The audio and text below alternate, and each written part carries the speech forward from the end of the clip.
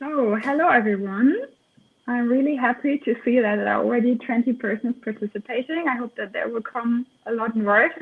So it's 12 o'clock. I think we should start. So thanks again for joining our webinar here at Hopin. My name is Laura Lichtefeld and I'm working as an operating officer in the EAIR Secretariat. And it's really a pleasure to meet you all here. Over the past weeks, we have been reminded that digitalization issues and tools are more important than ever in the current situation. And so we have arranged this webinar to inform you and us, our members, about the most important issues and tools. And if you have any questions, please feel free to post them in the chat on your right-hand side, and I will come back to you after the respective sessions. And for the rest, I would like to give now the floor to our chair, Attila, which is next to me. Yeah, Attila, it's your floor. No, thank you very much. Thank you, Laura. It's a great pleasure to welcome you all here in the virtual world, which is these days our reality, or became a reality in the last 3 weeks. If I look to the issue of digitalization in general, if I look to my university, if I look to other universities here in Austria or elsewhere, digitalization became a hot topic, not because of the coronavirus, but also before. In the very same time, my university went through a digitalization campaign in the last 3 weeks, including a number of issues, tools, processes. So most probably the corona led to a high-speed digitalization, at least at my university, and most probably also other universities within our society and elsewhere. So looking to the speed at the policy, governance, institutional process level, this had a great impact of the last not only couple of days, but most probably also when it comes to the future of higher education. So some of our universities, institutions, but also centers developed short-term strategies to deal with the coronavirus, mainly how to manage, maintain a research project development initiatives, how to teach online, and some other processes as well. So the question is, what do we need to overcome this? Many of our universities reacted to offer us new tools like MS Office or Zoom and other tools to handle the home office environment in the proper way. We got a number of new processes at our universities. Also at our association, we try to develop new processes as well. But at the end, we need people. We need people that are able to act, operate, make decisions, provide solutions, answers, lectures in this given setting. So recent challenges of digitalizations happened in a very short time, which most probably, if I would look to our original plans at my university, might take 1 or 2 years to get to the point where we are now when it comes to digitalization.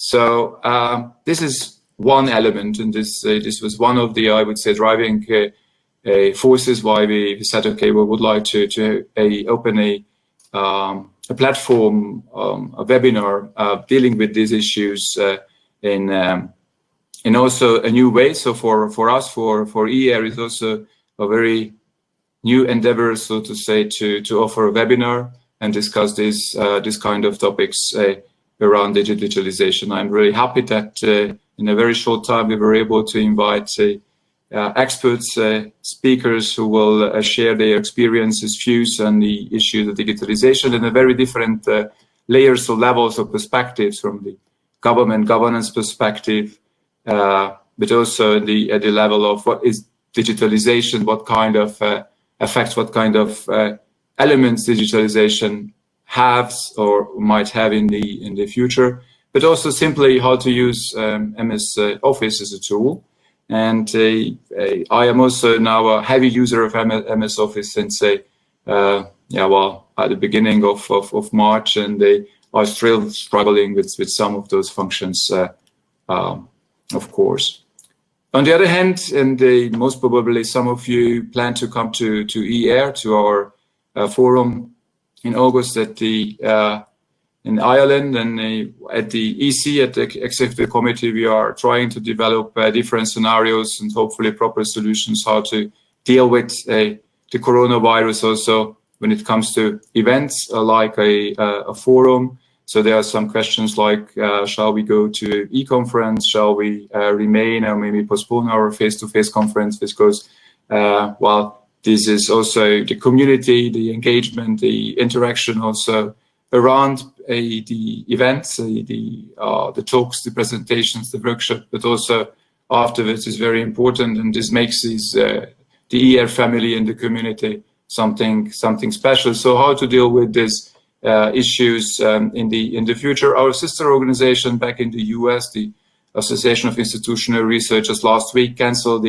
this year's forum, and so there are also different strategies around well, the coronavirus and the institutional realities. So it is my great pleasure now to move into our today's webinar and discussions. First of all, around the tool which we are picked, so to say, to run today this event. So we will introduce to you Hopin and the different functions. We will later on talk about the recent issues around let me say, or put it that way, in e-governance and how to manage universities these days.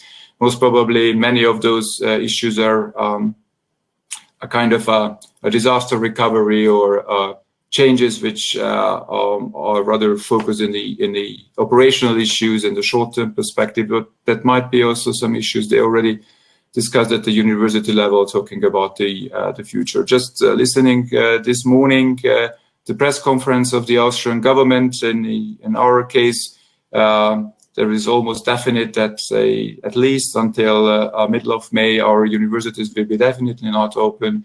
Most probably the entire semester will remain online. This leads not only to discussions about the classes, and I think many of our universities, not only in Austria but elsewhere, are most probably better prepared than secondary, primary education institutions. So let's see how this will work out when it comes to assignments, when it comes to I would say maybe very important elements in a student life. When you want to get your diploma, you want to finish your studies in the bachelor or master level. So what would be the implication if we would entirely lead this into a more digital world and the e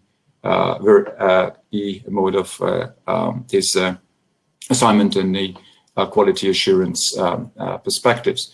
Later on, we also would like to discuss with you in a maybe more broader perspective the issue of digitalization.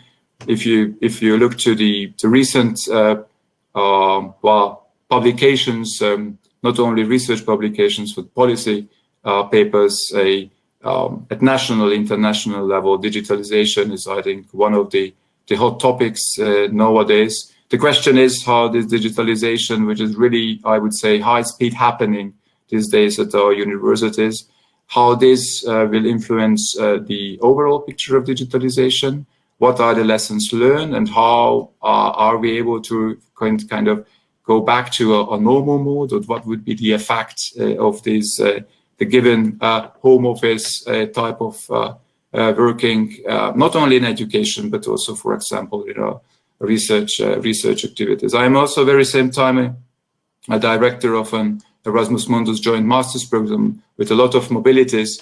And of course, you can imagine what kind of discussions these days we have about student mobilities. Our students are right now in Tampere, Finland, and should go to China and India later this year. So also in terms of mobility, I think this is a very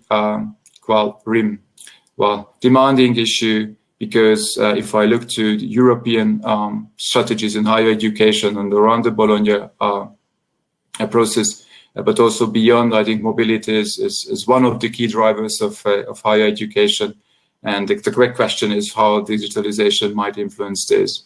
So are we able to keep this mobility perspective in the future, or there are maybe virtual mobilities as other ways for this exchange and further development. So at this very end of this intro, I wish you a fruitful e-webinar or webinar, and I look forward to discuss with you later on, maybe in the very last session, and the roulette. What roulette means is hopefully is not just a game, but most probably our host will introduce this element of such a webinar also. So thank you very much. Thank you for joining us, and I'm looking forward to the next speakers and the later on also the discussion. Thank you, Laura. Back to you. Thank you very much, Attila. That was great. So after these introductory words, I would now like to pass on the floor to Franz, who just appeared. Thank you. So, hi, everybody. Introduce us to the platform Hopin, where we're currently at. So hi and welcome, Franz. Cool. Well, first of all, thank you so much for having me.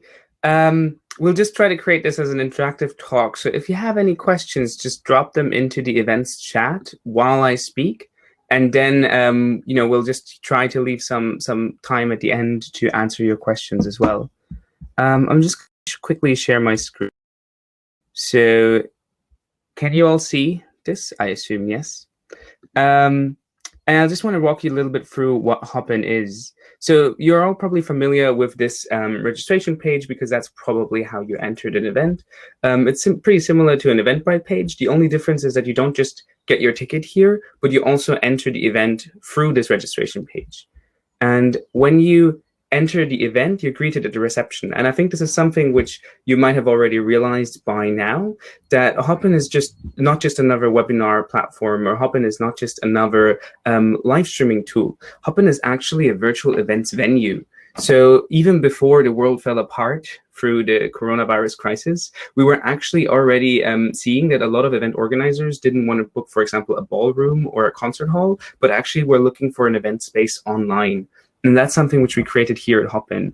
And that distinction is really important because compared to like a webinar tool, which is just one directional content delivery, which is important, but not very engaging, we really wanted to create that event experience online as well. So you can interact with our participants, you can collaborate, co-create, and also have that random element of serendipitous encounters where you, for example, sit next to somebody in a stage, and then all of a sudden, you become best friends. Or maybe you bump into somebody at the coffee counter, and that person, will become your next co-founder. That's really what we were trying to create here at Hopin. So you're very familiar with this area, I assume. So this is where you kind of like see what is going on right now. You can just click on whatever is live, and that's where you as a participant should be, because that's where all the action is happening.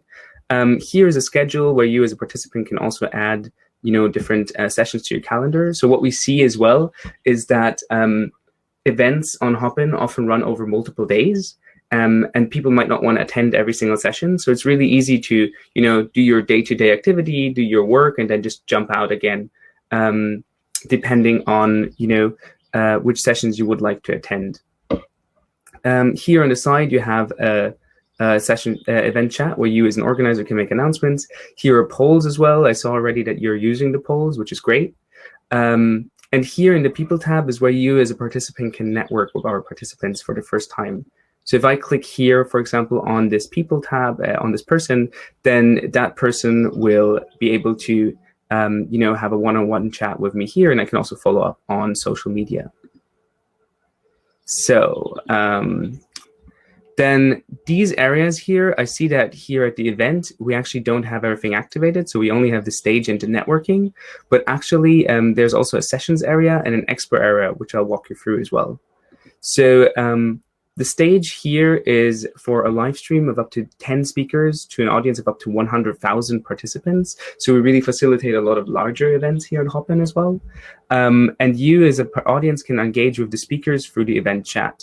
Now from a speaker side, it looks a little bit different. It looks like this. So this is the virtual backstage. So actually there is a green room in the Hopin platform as well, where we can make sure that speakers are set up correctly before going live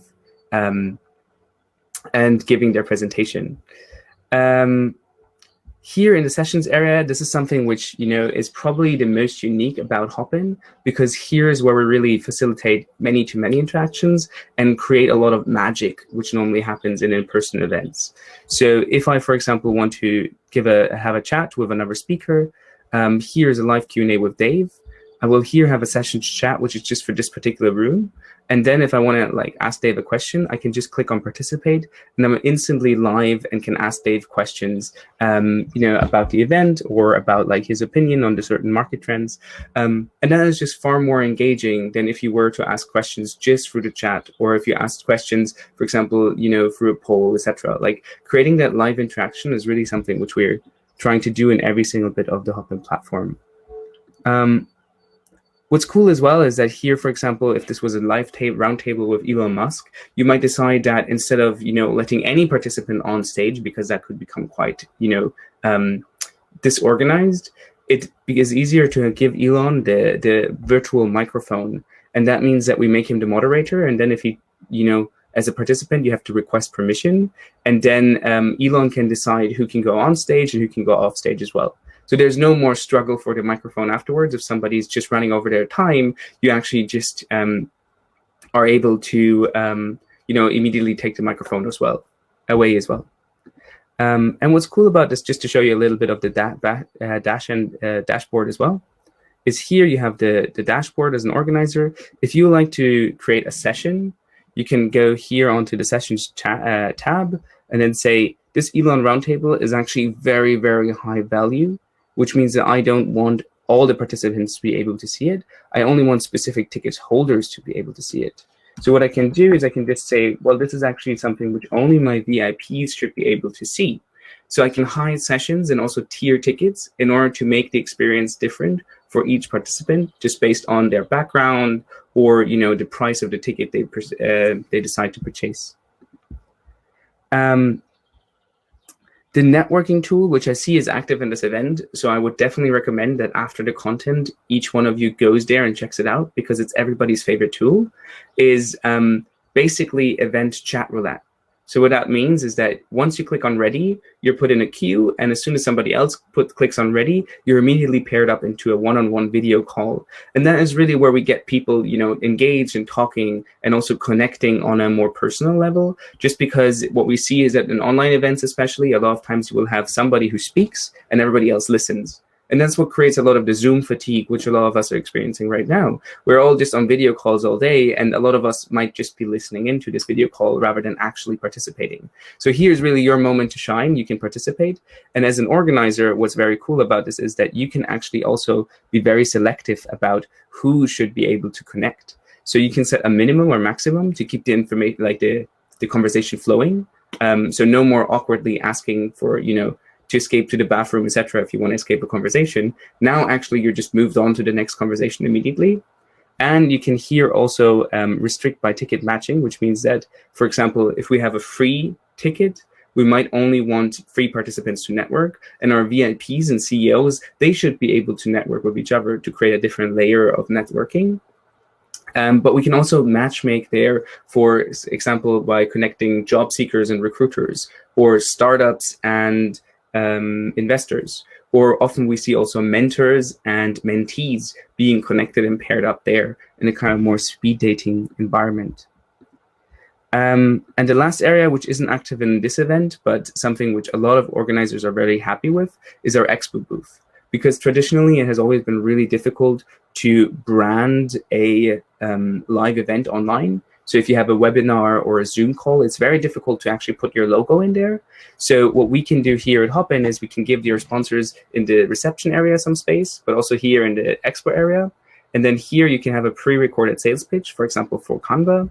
Then there's an event offer of 70% off.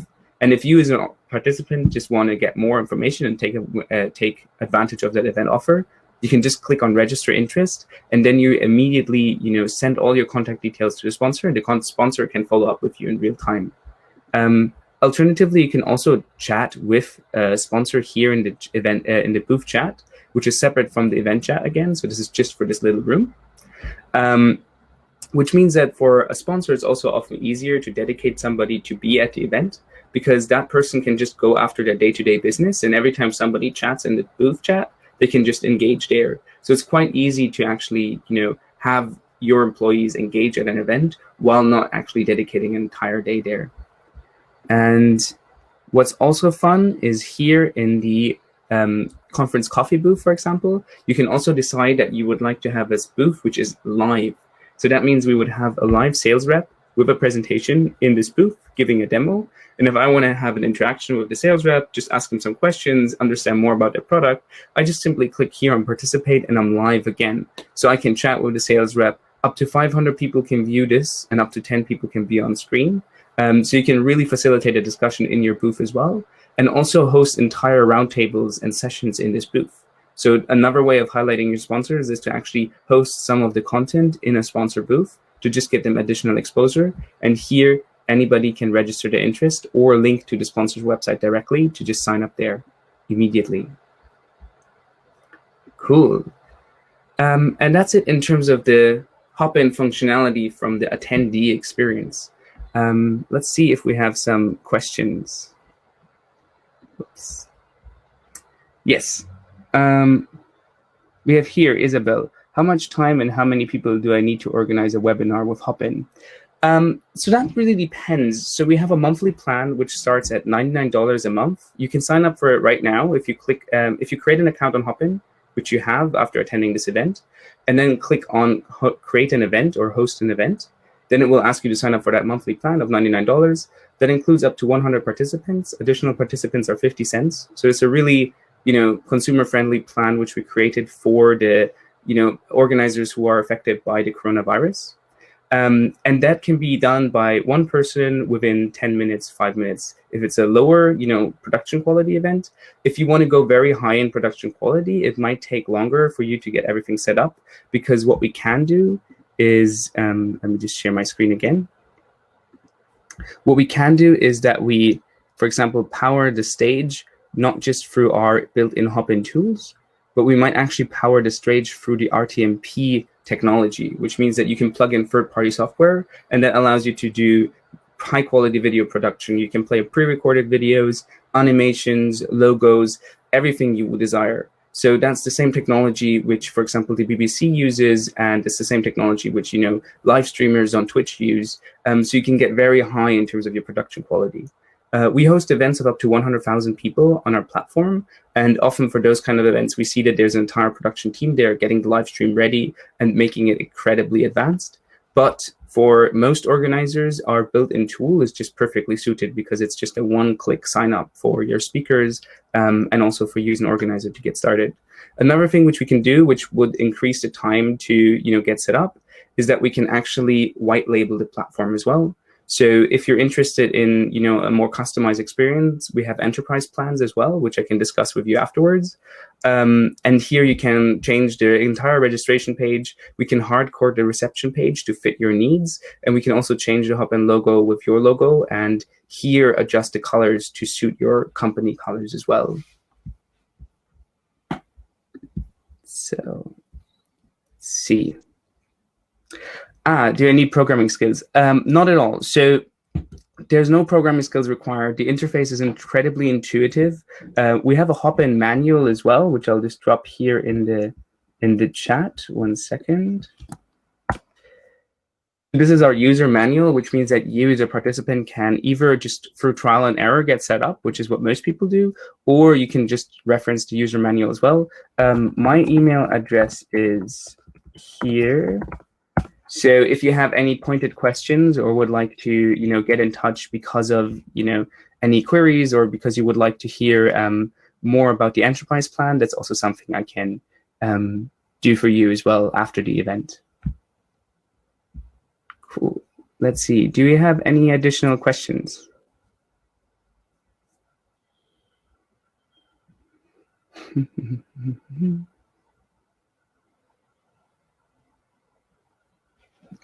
Okay, Marcus. How could we do parallel group sessions with, for example, brainstorming, collect input, cluster, and present the group results with the plenary? That's a really good question. I'll just share my screen again to show you that. So one thing you can do here in the sessions area is you can have different rooms, obviously pre-scheduled as an organizer. So you might have that one room is the stage room or the presentation room, and that's where all the groups will present. And then you can have different rooms for each group. And if you have a more unstructured event, for example, an unconference or a hackathon, or maybe you want to have an event where participants can just break out into smaller groups if the group chats get too big, you can activate here as an organizer the Add Sessions button. So what that looks like from the organizer side, to your point that you do not need coding skills, everything is quite easy to do. So here you can just click on can these create their own sessions? If you tick that box, then yes, they can create their own sessions. If you untick it, then that button will be gone. So just to give you a live demo, I just unticked this button, which means that if we refresh this page, then the event has changed as well in real time.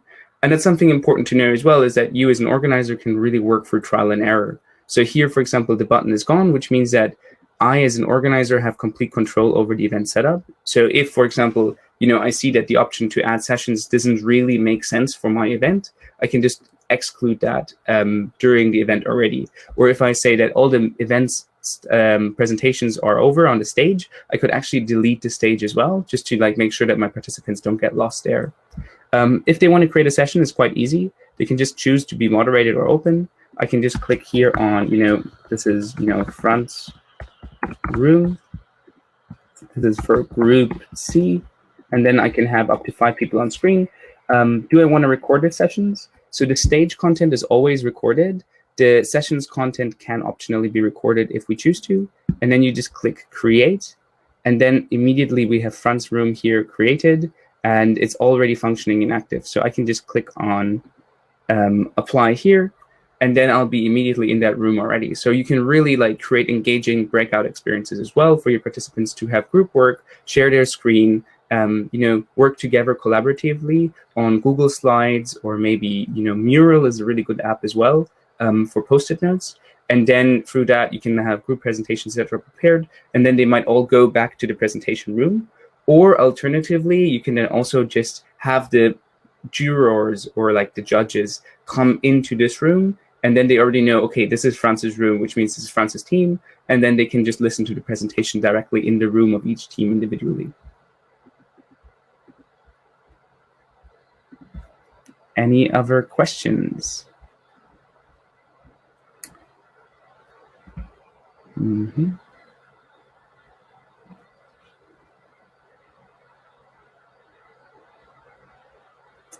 Cool. Do you have any other questions? Otherwise,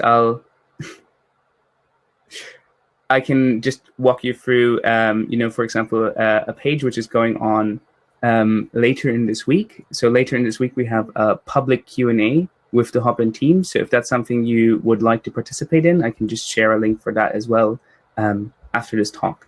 Oh, can the main stage playback recorder sessions? So the main stage can play pre-recorded video for the use of RTMP. So you will need a third-party software. The cheapest one, which is a free software, which is called OBS. That's something you can use directly. There's other production softwares like Streamweaver, which are a little bit more expensive, but then you can also increase the quality, obviously. And there you can enter pre-recorded videos. It's important to say that pre-recorded videos only work on the stage and in the expo area. The sessions area is entirely live because a lot of the interaction is created through live participation of the participants. So if you were, for example, to play a pre-recorded video, it wouldn't be particularly engaging because nobody could actually chat up a pre-recorded video, ask questions, etc. So that's why we reserve the sessions area only for live interaction. That's a good question. The Post-it note app is called Mural. Let me just make sure that I'm getting this right. Mural, oops. Mural Post-it. Mural.co. I'll just drop it here in the chat. Mural.co. And that's an app where you can easily, have a whiteboard and then different Post-it notes which participants can rearrange. If we decide to share our screen, then all participants can see that. Otherwise, they would just have it open in a separate tab. And because it's in the cloud, it means that all participants can see what everybody else is doing. One last question before I have to jump off. What about asynchronous engagement? How long would materials be kept for participants to access after the sessions? So what we see is that organizers prefer if they can download all the content and then make it available on their own page. So what we see is that organizers will download, for example, this chat right now after the event, and then make it available on their YouTube channel or on their Facebook, Instagram, etc., because that's how organizers get additional traffic to their social media. Also, a lot of organizers choose to make that exclusive. So you might have a VIP ticket, and that VIP ticket includes access to the recordings after the event as well. Perfect. I think that's our time. It was great chatting to you. Thank you so much, Franz, and also for sharing the manual with us. I think it's helpful for all of us. So thank you so much. Perfect. Yeah. Then I'll head out, but it was great talking to you. And I left my email in the chat as well in case anybody has follow-up questions. Perfect. Thank you so much. Thank you so much. Bye. Bye. So now, after this really informing info session on Hopin, let us continue with Tony Strike, who just appeared as well. Tony is University Secretary, President and Vice Chancellor Office at the University of Sheffield in the UK, and will now tell us a bit more about governing a university today. So welcome, Tony. Do you hear us? Well, hi, nice to see you. Nice to see you. So the floor is yours. Okay, thank you very much. And hello to everyone participating online for this session. So as Laura was just introducing me, I'm University Secretary at the University of Sheffield here in the United Kingdom. And I've been asked to talk for, I guess, about 20 minutes to allow some times for chat and questions about governing higher education or governing our universities during this challenging time, but also innovative time during the COVID-19 crisis.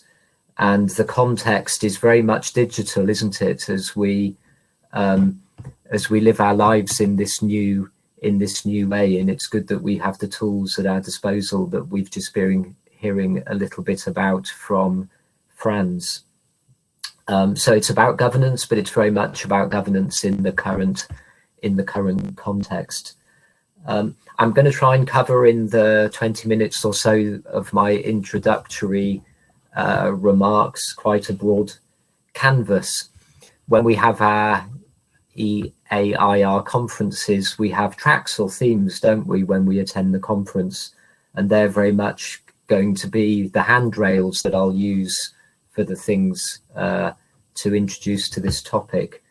So, of course, our educational offer and how that's changing, student well-being, research in universities, leadership, governance and management, the policy environment, and of course, importantly, academic staffs and careers and the impact on the work of academic staff as we find our way through.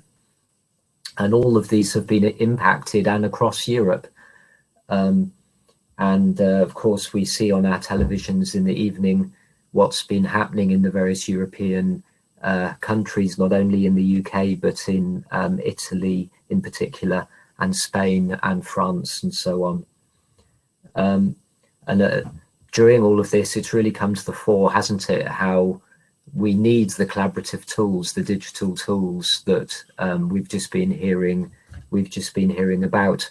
Not last week, but the week before last, we in the University of Sheffield had a meeting of our academic senate, our academic board, a group of 80 academic staff participating in making decisions and giving oversight to some of what we've been doing to respond to this crisis.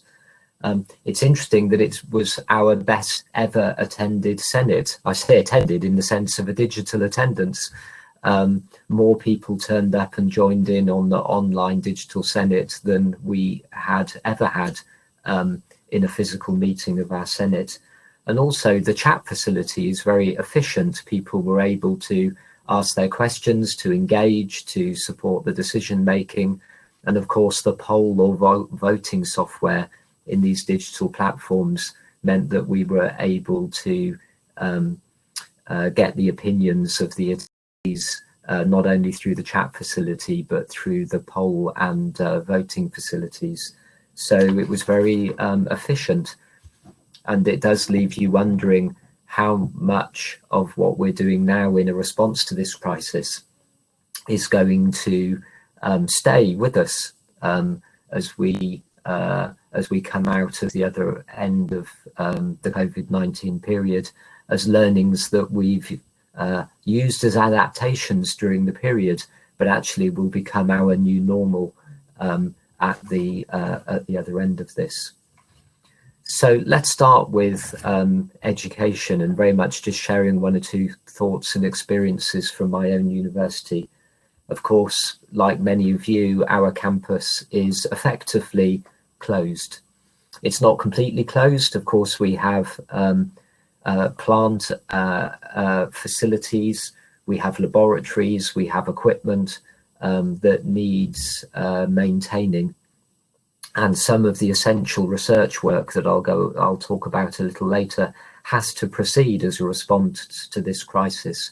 But really, for all educational and student purposes, the campus is closed to teaching. And that means that education has had to go online, but much more of a challenge, of course, is that assessment has had to go online. And we're trying to do all we can to maintain the quality of our courses and the credibility of our qualifications in this period. An example is that for our first and second years, they will largely do an open book, non-invigilated paper to be completed within a specified 24-hour period as their summative assessment. And that's, of course, a dramatic change from the normal way of assessing students in normal times. And really in recognition of the fact that teaching has been disrupted, that assessments are not going to be performed in the normal way, we've introduced a safety net policy. So what do I mean by that? What I mean is that students will have an average of their marks in their period to date based on the modules and programs that they have already completed in their course of study. And what we're saying to students is that their overall mark, their summative mark for the year or indeed for their degree, will not be worse than their average to date. So using the unusual assessment procedures that we're about to embark upon, students can improve their position, their overall mark, but they cannot receive an overall mark which is lower than their average to date. And that safety net, that reassurance to our students feels important because, of course, they're not on campus largely. They're not attending face-to-face teaching. They're engaging with their education and their tutors largely online. And this has been very disruptive and, of course, is causing some anxiety and many queries. Now, if that's the student offer, the education offer, of course, it has to be delivered. And how quickly everyone has been working and so hard to move content online using tools like the one that we've just been hearing about and we're using now. So at my own university, we moved the beginning of the Easter break forward 2 weeks, but moved the end of the Easter break forward only 1 week. So when the UK entered lockdown, a week where we're just dealing with closing the campus and supporting students and making the transition. But once the campus was closed, we started the Easter break. And the reason for that was really to give our academic staff a good, clear 4-week period where they weren't being expected to teach, in order to move their materials online, so that when we come back after the Easter break, and that will be a week early, students will be able to come back to the new environment, and that it will be ready for them. Student well-being, of course, has become another very important topic. Your universities will, of course, all have been affected to different degrees, and there are mental health implications of the isolating way in which we're all working now. We've got 219 students who are self-isolating in our halls of residence, symptomatic, and of course many of our students have left the halls of residence and gone home, but not all. Of course, we have international students living on campus. Not all domestic or UK students have been able to return to their family home, either because of personal circumstances or because when freedom of movement within the UK was stopped 2 weeks ago, if students hadn't already travelled home, then they were no longer able to do so. And so keeping in touch with all those students and supporting them and understanding their personal circumstances, and of course, where they're self-isolating, doing some of even the basics, making sure that they have food parcels and are being contacted on a regular basis is important. 1,800 of our students have left the campus, left their student halls and gone home, and it's important to stay in touch with them too, and then with their studies, and then with the university community. Many of them have been, of course, torn out of their university life. It might be very nice to be home, but it's not where they chose or wanted or thought they would be. They thought they would be with their friends in halls, attending their course, participating in their studies, and that's no longer possible in the direct way that they thought might be possible. Again, using audio and visual tools is a good way of keeping in touch with students, not just for academic study, but just as, you know, the equivalent of the coffee morning or tea meetings of students in common rooms and with academic staff and with each other. We have to recreate that social environment in the virtual world for our students so that they can stay connected with each other and with their studies and with the university.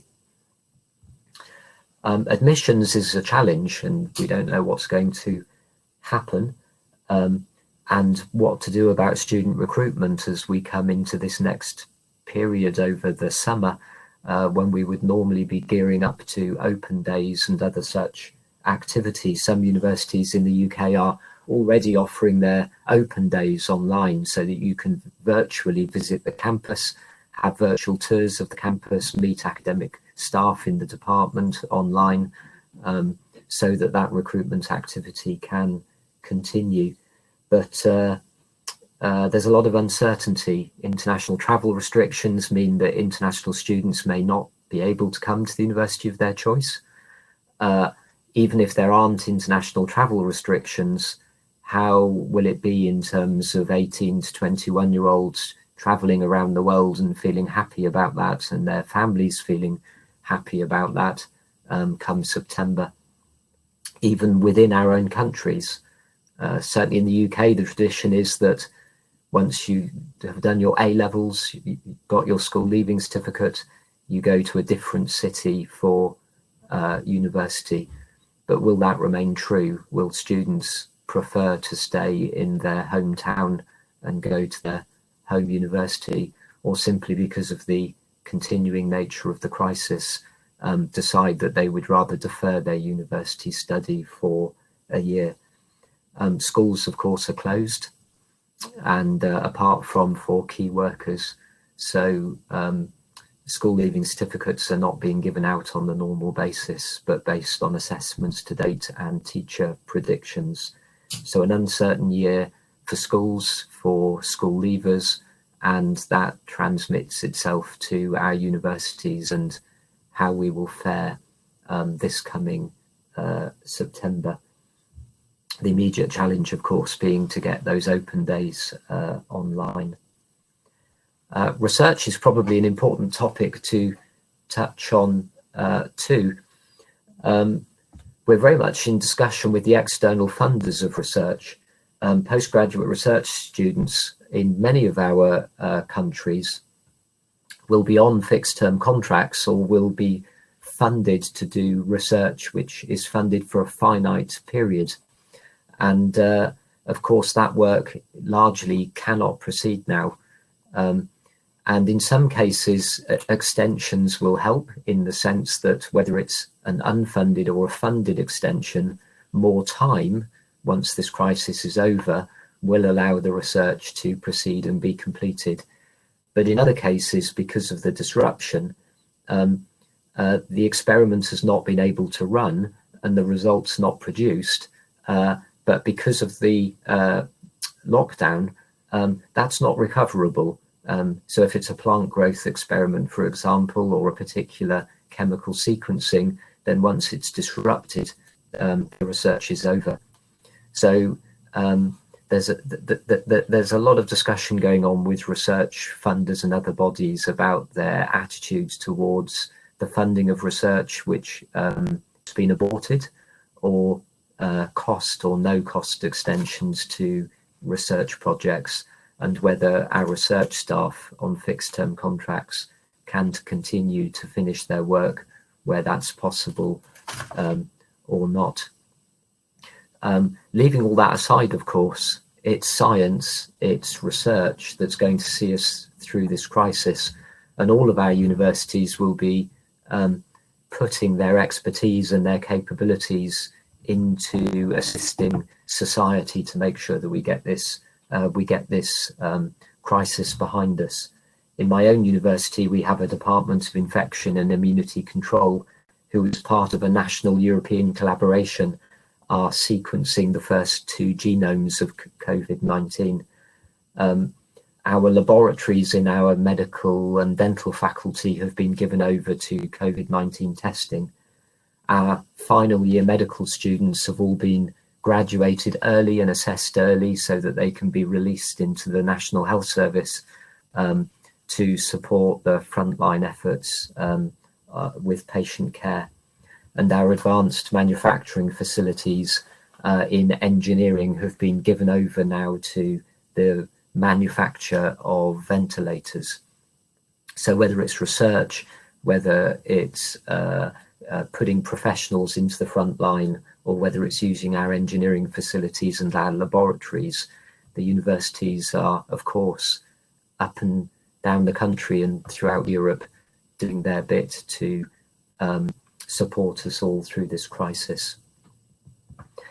Governance and policy is another area that I just want to touch upon as I'm working my way through the canvas of the effect of this crisis on our universities. Our councils, our senates and academic boards, our executive boards and faculty boards need to meet virtually.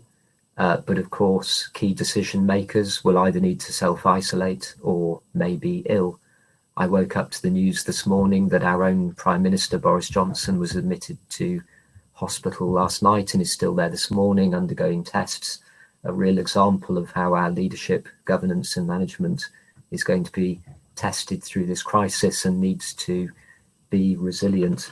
And we've been working hard in the university to make sure that our substitution arrangements are clear, that we have clear delegated authorities, that we have the right emergency powers in place so that our management teams can work with agility, make decisions, but that proper governance oversight is in place, and that we can get on with running our universities through this crisis, but not in a way which is disrespectful the proper decision-making bodies within the university, but works with them.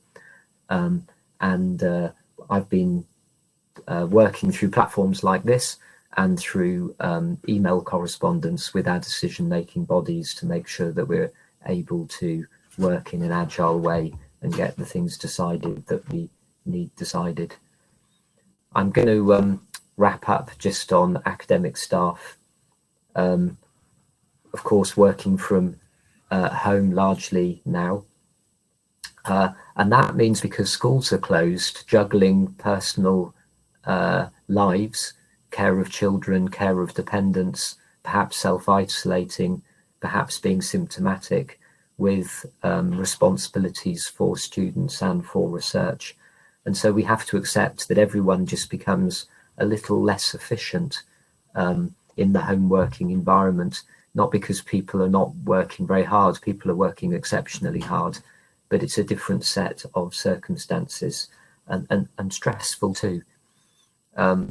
We've just, in my own university, announced that we're offering all our staff an extra 2 days annual leave or holiday days over the Easter period, really just to give a break, recognising the enormous efforts that everyone's put in to move our research and education effort into the online environment for our students when our students start their studies again after the Easter break. So whether it's science, medicine, engineering, the social sciences, public health, universities, of course, are playing their part. There's a lot to do. We've moved into the digital world with great speed, and things will not go back to how they were before.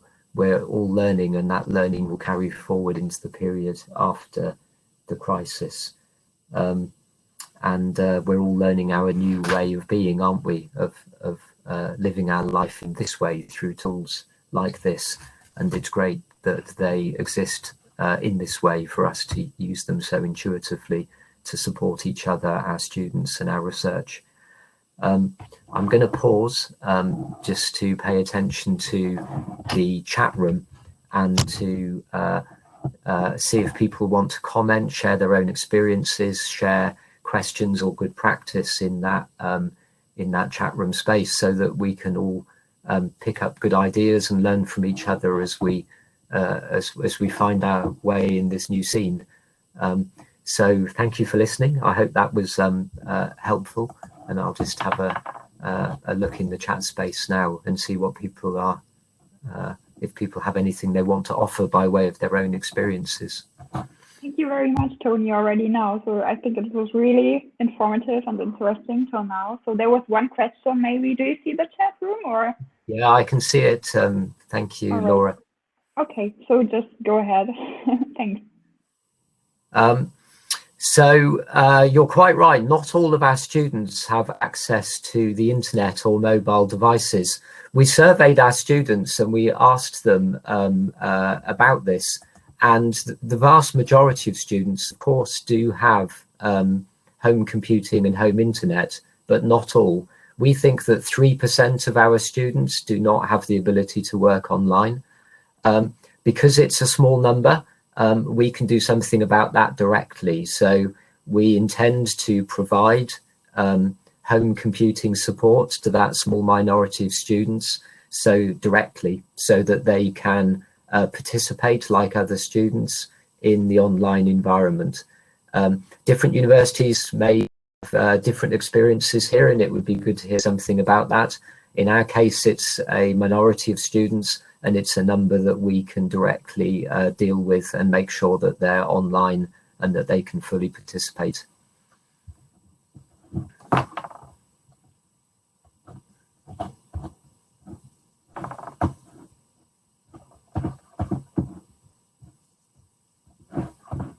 Okay, good.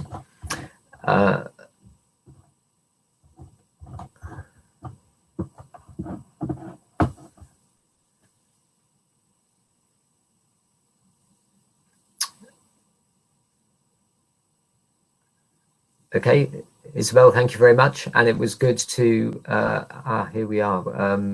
in South Africa, most cell providers have made educational sites zero cost. No, thank you for that. And that's true in the UK too. And it's been a fantastic response actually by commercial companies to this crisis. I'll give two examples, Elizabeth, to go with yours. The first is that our private accommodation providers to our students, two companies, Liberty and Unite, when students left the student accommodation, they waived the third term rents for those students, even though they didn't have to under the contracts with those students for their rental payments. It was unexpected and it was good. But also online software applications for students.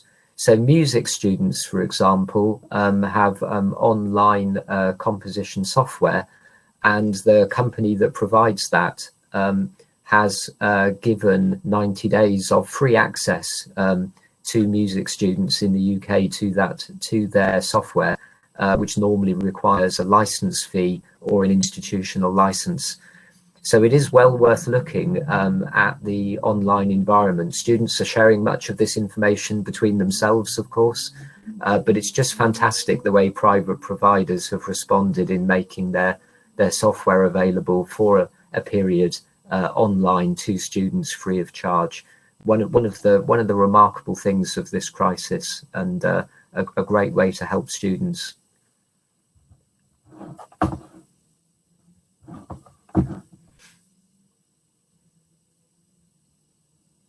Okay, good. Thank you very much. Nice to talk to you all, and good luck. Thank you very much, Tony. It was really interesting. Thank you for taking time. Bye. Bye. So I think this was really interesting and inspiring as well.